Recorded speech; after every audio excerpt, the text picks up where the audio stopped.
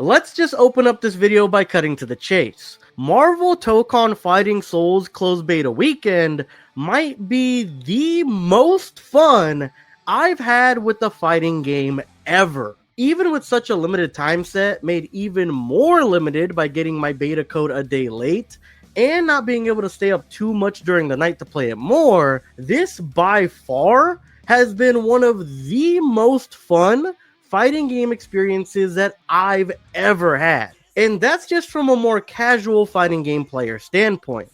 In this video, I'm going to be breaking down my experiences, how I felt about all of the 6 playable beta characters, the goods, the bads, and stuff that hopefully gets improved from both quality of life and a gameplay standpoint. So buckle up, because this is about to be a comprehensive, full-on review of what we got in the closed beta. But before we get into that fully, make sure to show off your hype for Marvel Tokon Fighting Souls by scrolling down and hitting those like and subscribe buttons to help us reach our like goal of 25 likes on this video, and so you don't miss out on any Marvel Fighting Souls news as it comes out. Also, consider becoming a member of the channel to be listed and have your approved and chosen images shown at the end of videos, just like this one. Now, without further ado, let's get into my thoughts on Marvel Tokon's closed beta. Let's start off with the characters, and let's begin with the one I'm sure a lot of people started off with, including myself, being Dr. Doom. Doom, when I first started, felt a little slow, but after a couple of matches, he felt like one of the better balanced characters in the game. Great abilities, great combo extenders, along with a very unique and fun forward dash, which made him my personal favorite against certain matchups against other characters in the game. One thing I want to get out of the way for Doom and pretty much every character in the beta is that they felt and looked really cool, along with all their abilities, of course, as well. I never felt like something didn't make sense. Everything was awesome aesthetically and sound-wise when connecting a hit or an ability. Doom truly felt like he could be a staple lead character or a staple assist on almost every directional input. The only one I didn't like him in personally was the away-facing assist, because that assist in particular took way too long to lock onto an opponent, since it was his orbital laser ability, but if it ever connects, it was a good payoff because it lasts a while, it has a lot of hits connected to it, making him block for a bit as you set up for a possible conversion during or after it. Another reason I didn't like how long it took to lock on is because I wasn't stringing insane hit strings on the regular, due to not really being able to practice too much in a way that processed well for me to learn combos, since everyone in the beta is pretty much just thrown into matches. This, of course, will, if you put in the effort, of course, be solved once everyone can practice in whatever way you want on release, and will have you more comfortable with your combos so that the lock-on process and the hit from the particular assist can be a great combo extender or ender that will land more consistently. A thing you have to remember about Marvel Tokon is that if your assist takes a shot or hit while on screen, it does go away. So if it takes too long to lock on or is just about to hit and then it gets hit, the assist disappears and does nothing. Overall, Dr. Doom was a super fun character and had me having a blast anytime I had him in the leader slot after learning him a bit more, or tagged him in and was an overall good assist, but could use some work on the vertical assist since it was a tad bit too high, and the back assist since it took too long to lock on to do anything. After Dr. Doom, let's move on to Storm. Personally, I didn't play Storm at all during the beta, but seeing her used on people's team had me wishing that I did. I saw some awesome and intricate combos along with her really cool abilities on full display, but sadly, I saw them on the wrong side of the matchup. In my beta play sessions, I saw what I would consider 2 of some of the better Storm players in the game. They weren't exactly Justin Wong level, but they learned the character more than enough to mop the floor with me, although that isn't exactly too much of a feat. Seeing them mix in the interesting unique she has of the wind waves to push forward tornadoes and ice balls across the screen to me, using them as a gap closer to hit me with a hit string into a combo, was actually really cool to see, even if they were using it to absolutely destroy me. She seems like a very good character and has some really good assists too, making her, in my opinion, a really good character for the game with a unique gimmick and playstyle. Next, let's get into Miss Marvel. Just like people reported in their gameplay sessions at EVO, I found her to be the best character of the 6 playable characters to just jump into and play. She has some really fun and easy to hit mix-ups and has full screen, if not almost full screen range on a couple of her moves, and in my opinion, all of her assist slots felt really strong.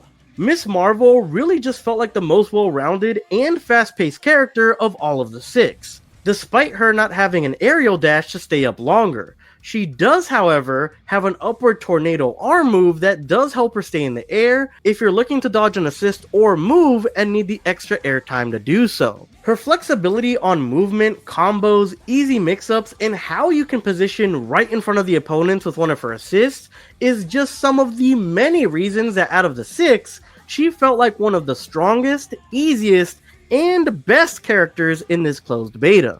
Next, let's move on to Iron Man, one of my personal favorite characters when it comes to Marvel, so I was very excited to get to try him out.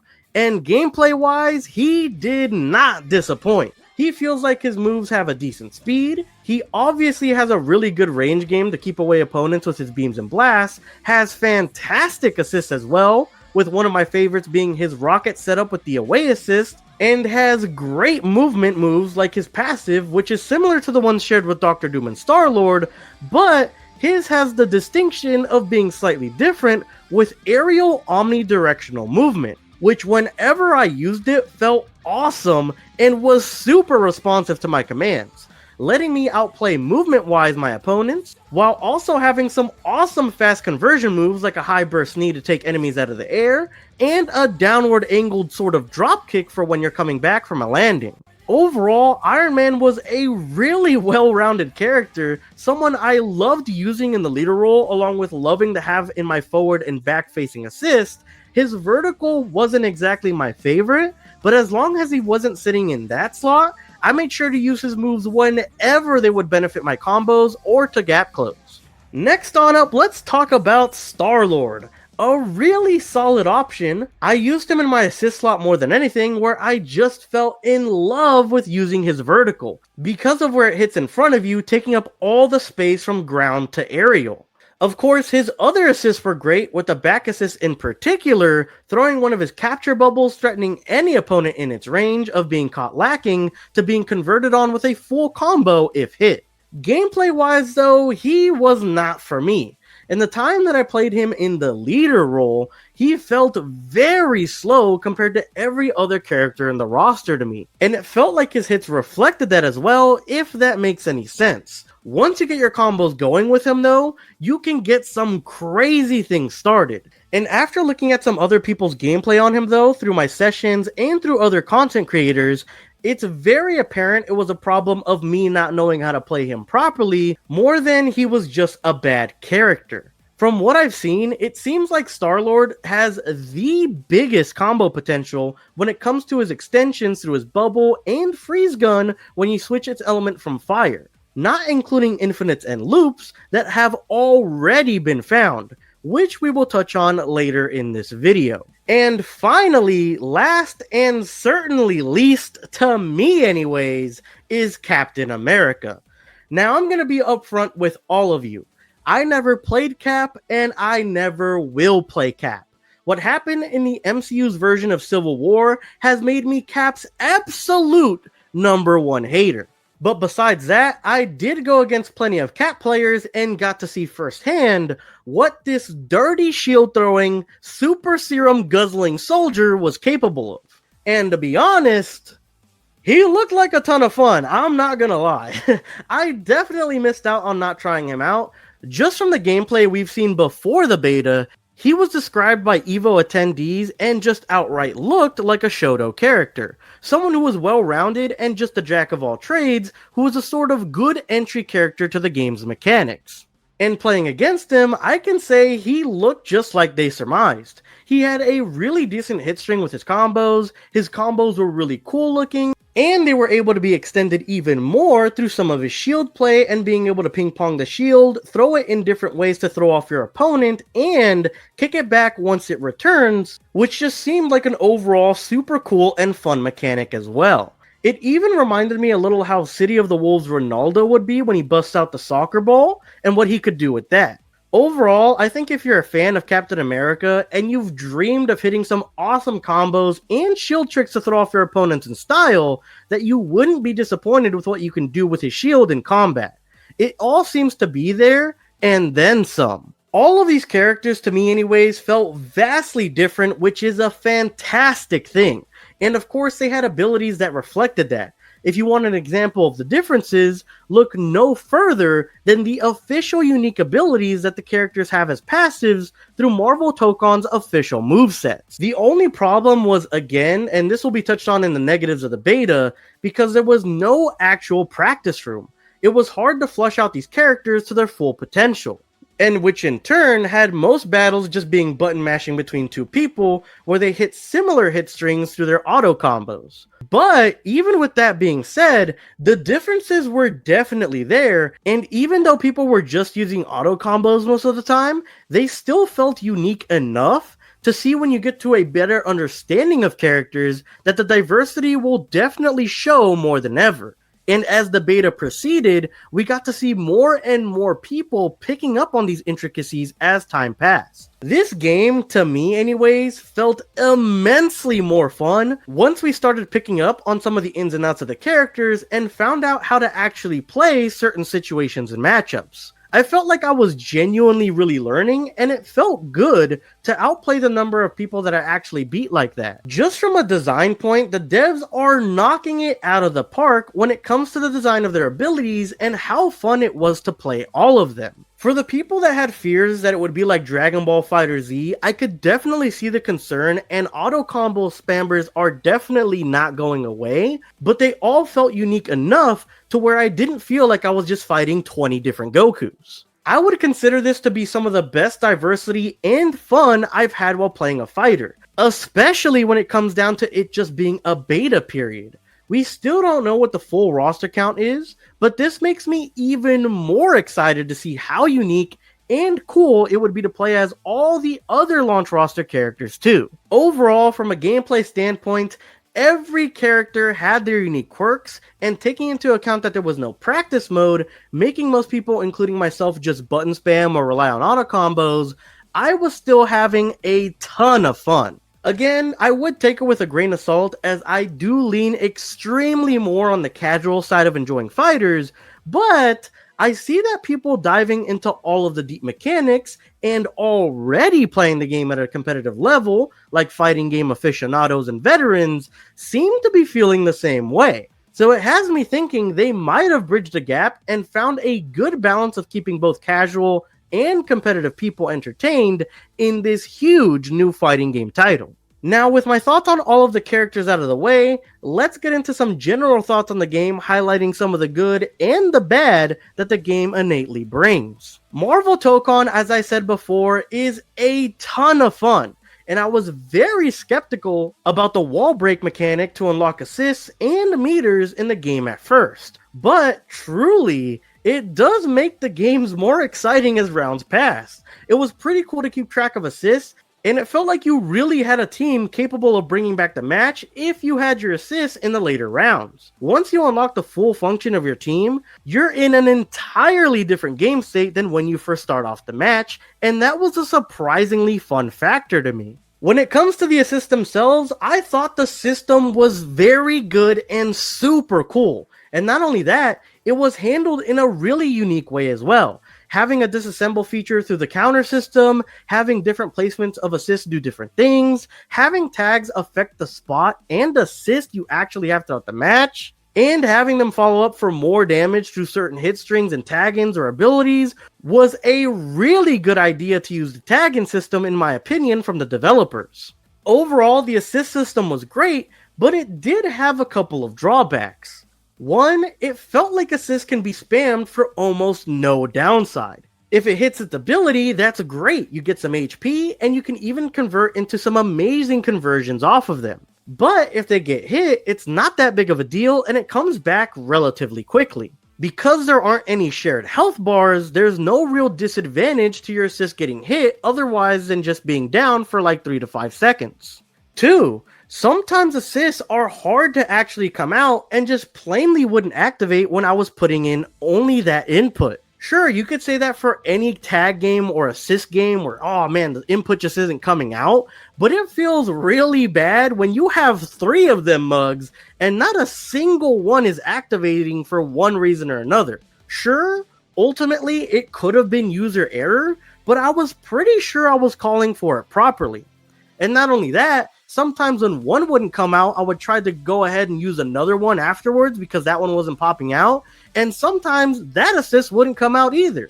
And that's what really made it blatant to me that sometimes these assists just don't want to come out. I don't know if it was a bug, I don't know if it was my controller, but that was definitely an issue within the closed beta. 3. If there isn't already, there should be more of a downside to an assist being caught and hit, like really minor chip damage or maybe a prolonged downtime.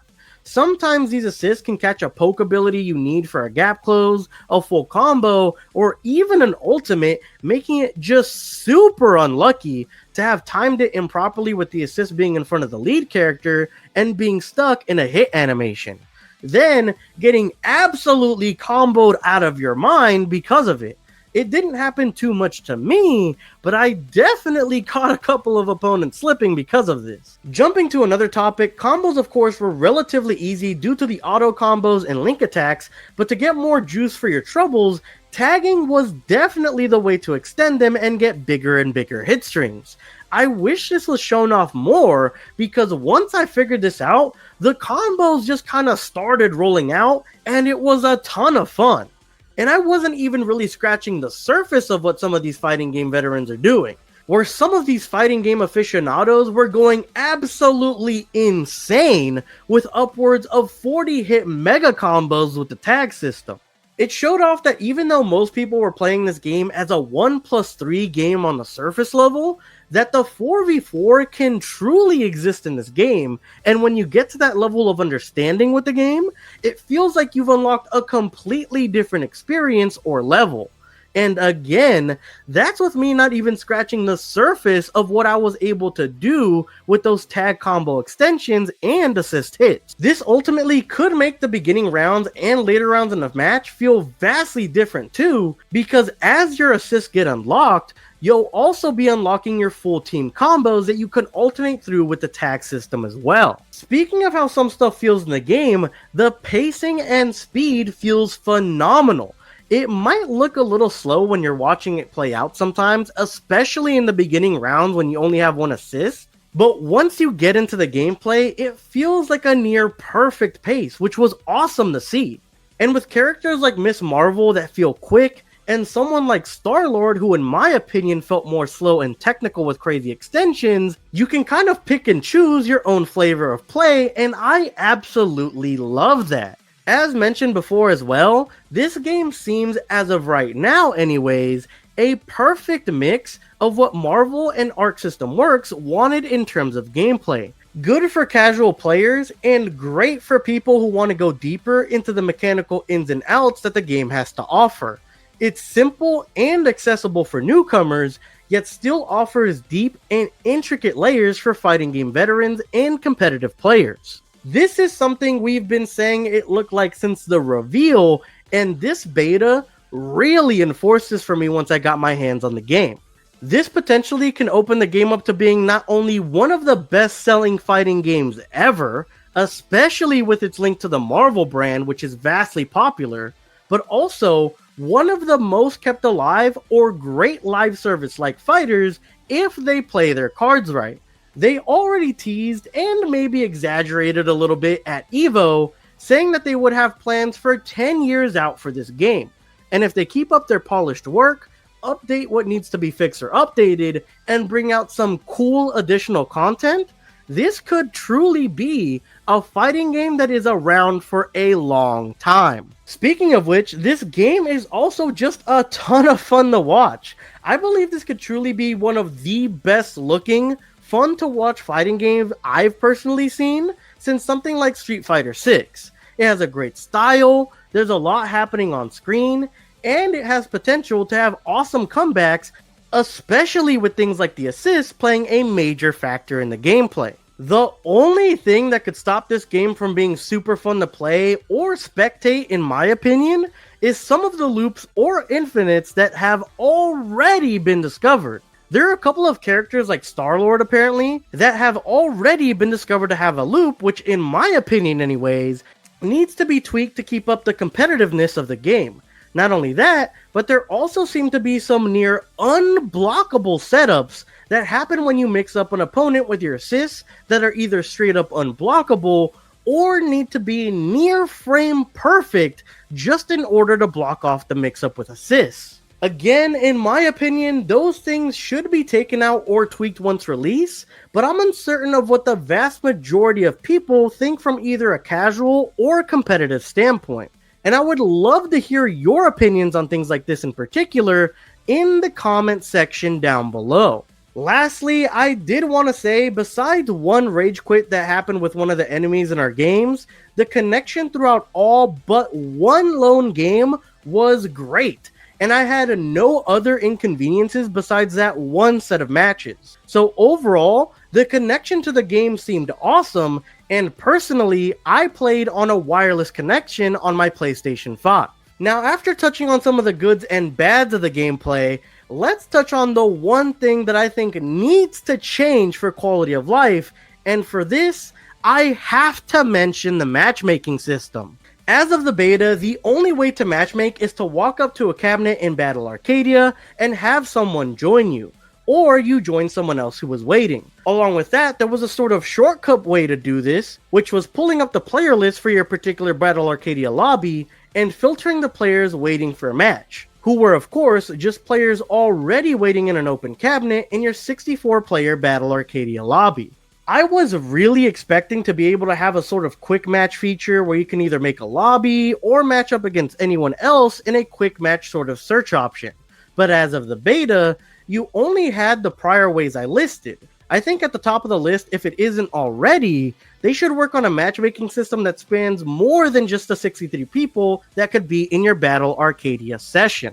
I think at the end of the day, Marvel Tokon Fighting Souls is an awesome, fun, and unique addition to the fighting game genre, and has already carved out its own niche in an already established and formulated fighting game scene, and has the potential to change how we see tag and versus games in the future. To end it all off, I feel like Marvel Tokon Fighting Souls is the Marvel rivals of the fighting game scene. It's so easy to jump in and play, and feels super powerful because of the great hit strings, abilities, and amazing conversions you can get so easily. With things like auto combos and easy mix-ups, where it just fulfills your power fantasy of actually being or playing as one of your favorite Marvel characters. But when you really want to dive into the nitty-gritty and try to be an elite player, it takes a lot of comprehension, understanding, and practice to be able to fully understand the mechanics and be at the very top tier of what the game can truly be from a competitive standpoint. This game has the potential to be the biggest fighting game to come out in a long time, and I can't wait to see how it does in its full launch later next year. I am very excited and thinking there might be another beta down the line, hopefully being open so we don't have to worry about emails not getting in, delayed acceptances, where everyone is just kind of overall confused or praying that they make it in at all. This game is clearly shaping up into what Arc System Works has been striving for from what they've said in interviews, PlayStation blog posts, and at EVO, where to me, they've hit the nail right on the head. As I mentioned before, because of this and the IP tie-in of the Marvel brand, this could end up being the biggest fighting game in modern times if they continue firing on all cylinders. For those of you that have checked out mine and other content creators' gameplay on the game, and for those of you that got access and played throughout the closed beta yourself, or if you got to go to EVO and play test there, let me know your overall thoughts about the game in the comment section down below. And make sure to sound off on anything you really want them to add, tweak, or fix about the game as well. Of course, I have plenty of Marvel Tokon news coming soon, including implications of things shown off throughout the beta menus, a roundup of everything major we know about the game post beta, implications on who's team to join up the roster in terms of Marvel hero groups, and much, much more. So make sure to subscribe to stay tuned to all of that. Also, make sure to check out my other Marvel Tokon content, including our early roster prediction and theory on which X-Men characters could be making the cut to keep you entertained in the meantime. But as always, your support through your viewership, liking, and subscribing is always greatly appreciated and helps me out tremendously against the Avengers level threat that is the YouTube algorithm. Thank you guys so much for watching, and I hope to catch you guys next time. Peace!